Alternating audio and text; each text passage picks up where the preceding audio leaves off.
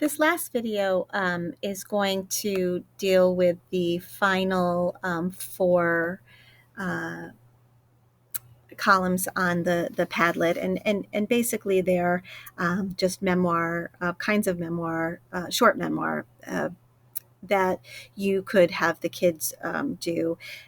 So that's writing a name memoir, writing a food memoir, making a playlist memoir, and writing a neighborhood memoir. These are meant to be, short in nature, but then certainly could be chosen to be worked out as a longer piece if that's what you decide. But um, you know, I have put these there and made the task so for you to try your hand at each one of these. And the reason I have you do that is because the purpose, again, bringing it back to the purpose of this unit, is to build trust, right? And to create relationships. And one of the easiest ways to do that as a teacher is to show them who you are, so that they then show you who they are, and they feel safe in doing that. Now, I'm not telling you to reveal your deepest, darkest secrets to your students. There's a line there, but being open with them and sharing things about yourself makes you human and helps the kids to see you as human, and will put them at ease. When we go back to my original conversation that began this PD, we owe it to kids to show them that we, after all of this stuff in the past year, that we are trustworthy humans and we really want to have relationships with the students.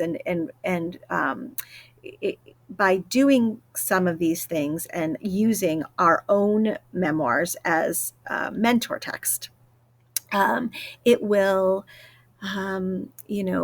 help kids to feel comfortable doing their own. So, each column, the name memoir, the food memoir, the playlist memoir, and the neighborhood memoir, has all kinds of material there for you to look at, and to try to replicate. And some of the materials that I offer on these columns, I have in the coach's office. So if you decide to do some of these things, feel free to let me know that you want to borrow some of these things, or we can add it to your $150 that you have to spend on books to supplement this unit. But I just want you to take a look at the resources and to then try your hand at each one of these, with the hope that you will use it in class. These are four great ways to think about memoir, and there's lots of examples there for you to give to kids, in addition to your own example. So take a look at these four columns, and then do the tasks for each one of these columns.